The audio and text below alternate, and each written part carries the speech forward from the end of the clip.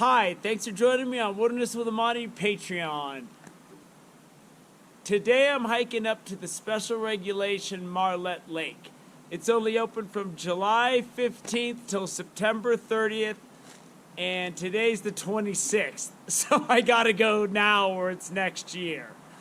And I have my big net because there's big fish in this lake. I've never caught them. I fished here about 4 times so far, and this is a lake that I've struggled at. And I've always caught fish, and I've gotten some decent fish, but I've never gotten any of the larger fish I know that are in here. This is where Nevada Fish and Wildlife raises brood stock for Lahontan cutthroats, I think brook trout, and rainbow trout. And I caught a really nice brookie in here, but I've struggled. The fish don't really seem to be into my nymph game here. So I'm just gonna be pounding light jigs, the 132 ounce tube jigs, the 1/8 ounce gets it jigs that I've been trying to figure out. And I got woolly buggers. I got a couple of nymphs just in case, but like I said, I haven't done well with that. So I'm hiking in from the Chimney Beach side. The Chimney Beach parking lot is right down the road, and about 300, if you're coming from the 50, about 300 yards down the road into this trailhead. You can either hike in from Spooner Lake, which is about 4 miles, or you can hike in from this side, which is about 2.5 miles. I have this hike on my hiking playlist, so I'm not going to bore you with all the details. I'm just going to make sure I show you the left-hand turn you have to take, or else you're going to go a lot farther than you need to go, and you're going to be very discouraged. I already did it once. You don't need to do the same thing. This side is a lot steeper than the Spooner Lake route, but it's about 1.5 miles shorter. I'll take shorter and steeper. This is special regulation, single barbless only, no scent, so I'm fishing the Sierra Slammers instead of the power bait tube jigs to comply with that. And just gonna do the best I can with what I got. We're gonna show you a quick view. It's a nice view of Lake Tahoe. Sand Harbor's right across there through those trees. I was kind of get an aerial scout of what the beach looks like because I pick up some big rainbows at the edge of the beach. So I've been hiking for a while, straight uphill, man. And once you get to this post and the cable, your cutoff is coming up pretty quick. So you're gonna see, there's that post. Here's a sign that says cyclist steep terrain. You're gonna see this from the backside coming up. Here's your left turn. This cuts over straight to the dam. If you go this way, which I did before, you're gonna find yourself on a long path that may or may not eventually reach the lake. I don't know, because eventually I realized I had screwed up and should have taken this fork. So I hiked way up there, realized I'd been hiking way too long. And this right here cuts right to the dam. That other route, I don't even know where it goes. Eventually it loops around the lake or something, I don't know. But it's far. I can already see the lake right over there. So that fork drops you off above the dam. And it took me about an hour of heavy duty hiking straight uphill to get to that fork. But then once you do that left turn, it's just like an up and down following the ridge. There's one steep section, but other than that, it's pretty much cruise control. And it took me an hour to get to that point. but I was pretty much hiking full speed, man, up that hill. I just wanted to get it over with and get here so I can begin my struggle. And it took me an hour and 20 minutes to get here. My plan is to walk down the road. A road circles this lake. A lot of people bike this. This is a very popular biking route. And what I'm gonna do is I'm gonna hike back in the direction of the head of the lake where you come in on the Spooner Lake Trail. I'm not gonna go all the way there because it's really shallow. I'm seeing several nice fish cruising close to shore, which is not something I see every time I come here. Maybe it's because the water's murky, but I'm gonna start with a light jig and a woolly bugger, and then I'm gonna use that as my 1-2 punch. So I'm ready to go. I got a woolly bugger on my fly rod and a Sierra Slammer on my spinning rod, and I can only fish one of these at a time, of course.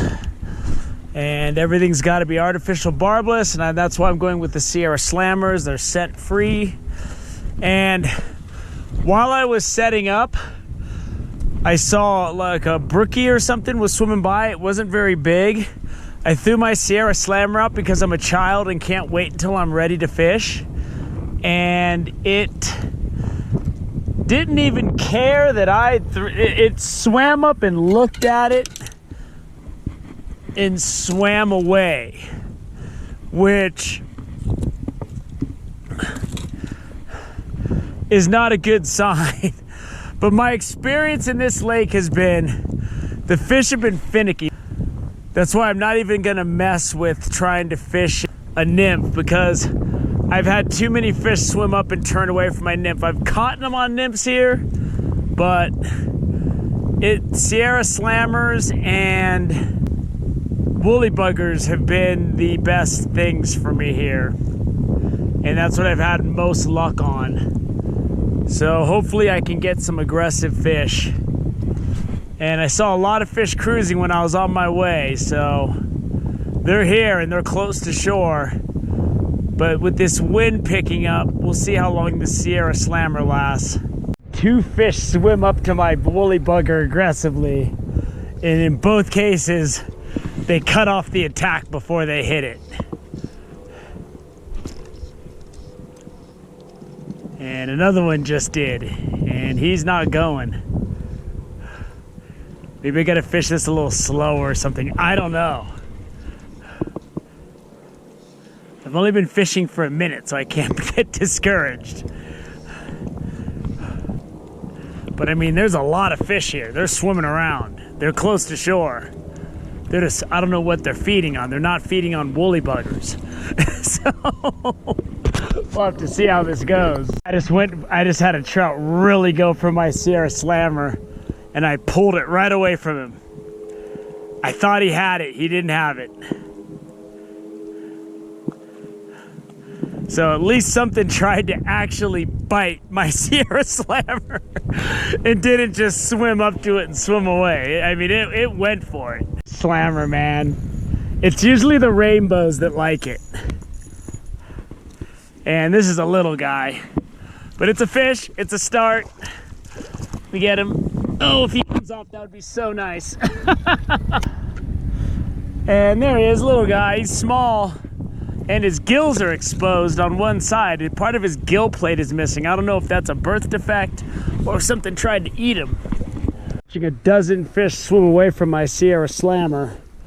I mean, from my larger woolly bugger I was using, I put on this smaller woolly bugger. And it ain't big, but I'm struggling, so I'll take anything I can get. It's a little brookie. Let's get down here and take a look at him. And the hook just fell right out of his mouth as usual. Let me get my hand wet on the net. I'm getting ready to go to a bigger 1/8 ounce jig and see if I can't pick up a big brookie down deep. Seen a dozen fish swim up to my Sierra Slammer, come right up to it, look at it, and swim away. So The woolly buggers and the Sierra slammers that bailed me out the last time it got tough fishing, these fish that are cruising near shore want nothing to do with them. I threw my woolly bugger in and wasn't even looking, and this guy swam up and attacked it. But I'm not getting anything of size, man. It's all small potatoes.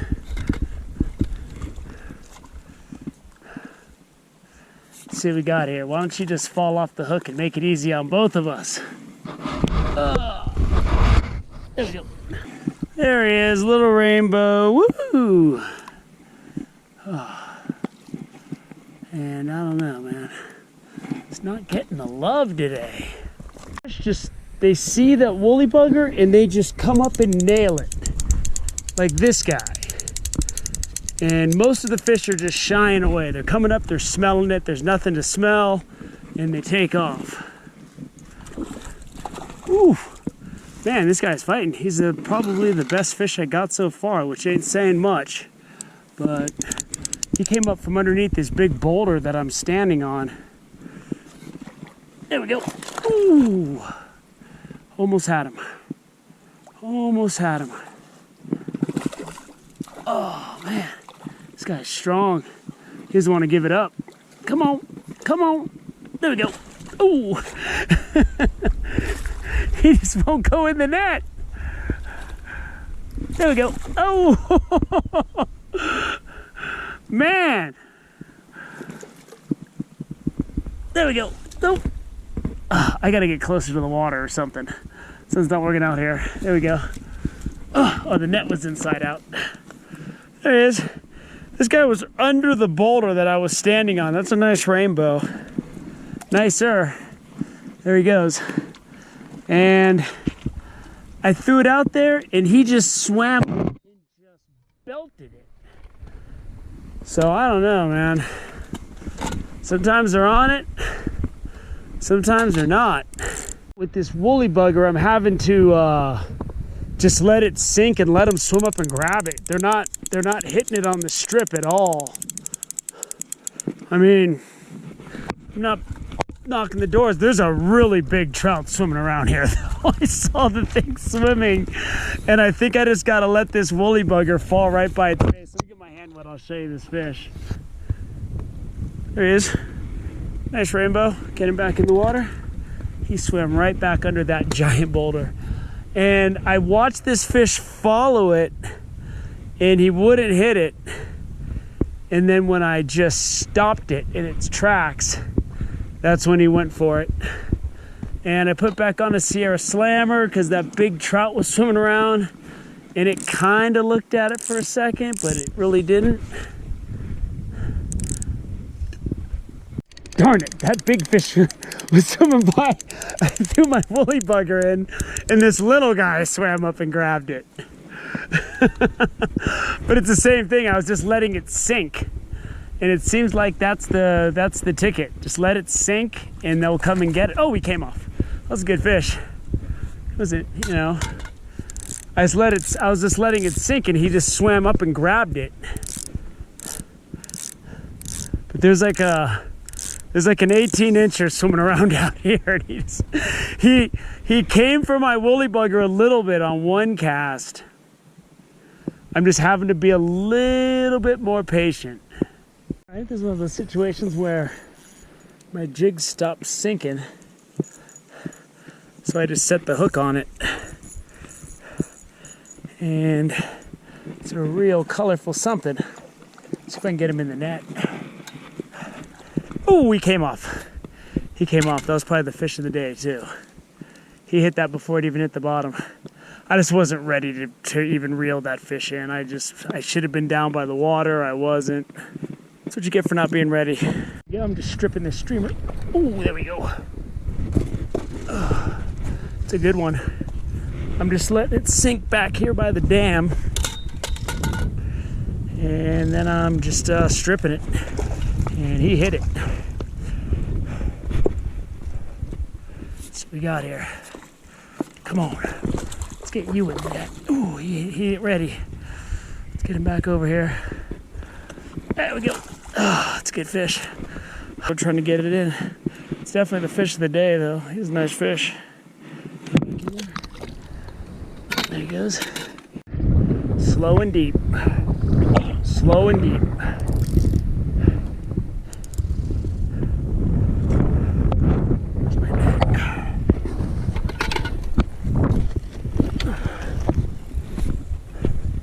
Let's see what we got here. Oh yeah! And I found it. There's fish in this dam area, and they're hitting this woolly bugger. I'm just letting it sink down. Ugh. And it's working, man. It is working. After a long day of smaller fish, I'm getting some nicer fish in this area right here. Let's see if I can't get a quick shot. Oh, you can go. And the fish are better than the ones that I was getting cruising.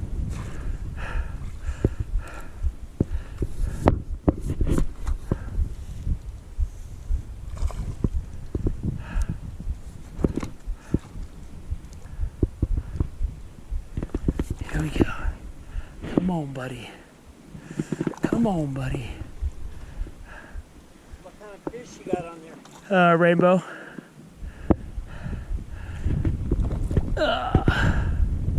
He's just not ready. Come on, buddy.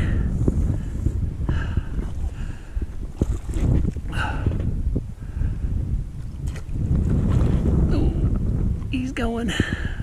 Come on, get him going in this net. It's a strong fish, boy.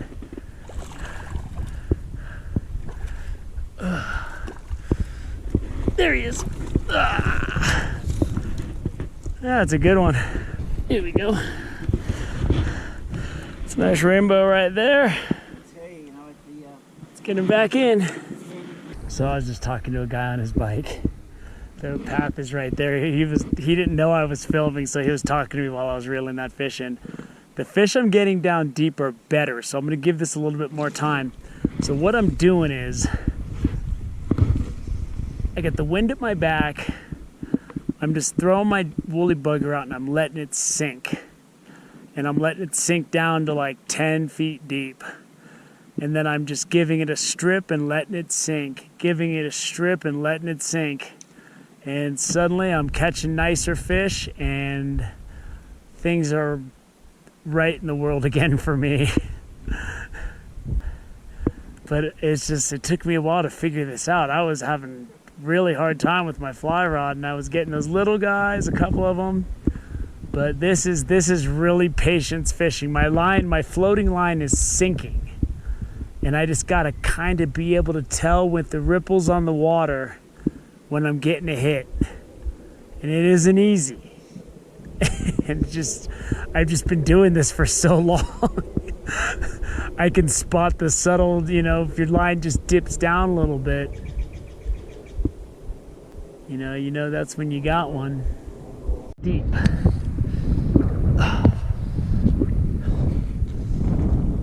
Just picking up all these fish in about 10 feet of water. I'm just letting that woolly bugger sink. This is a little guy, but I'll take him. I'll take anything, man. Fly's already out of his mouth. That's always convenient. There we go. Nice little rainbow. Get him back in there. And I'm just letting that line tip sink way down. Anything suspicious, I'm set. And I've only been fishing here for about 20 minutes and I've caught 3 fish. I fished all that other stuff for about 2 hours. And got only those little tiny fish, so I'm just gonna sit here for a little bit more.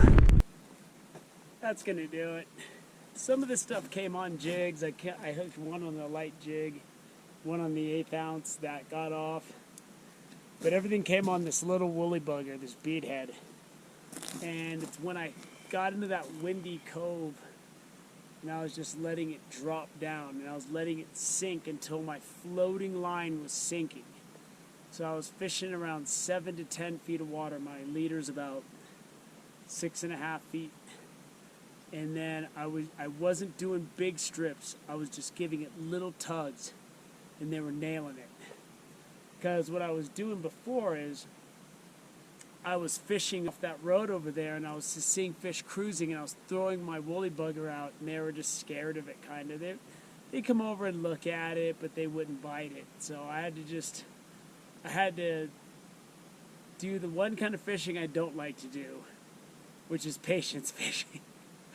And I had to just let my thing sink, and then I had to watch my line, and then I'm so tired right now.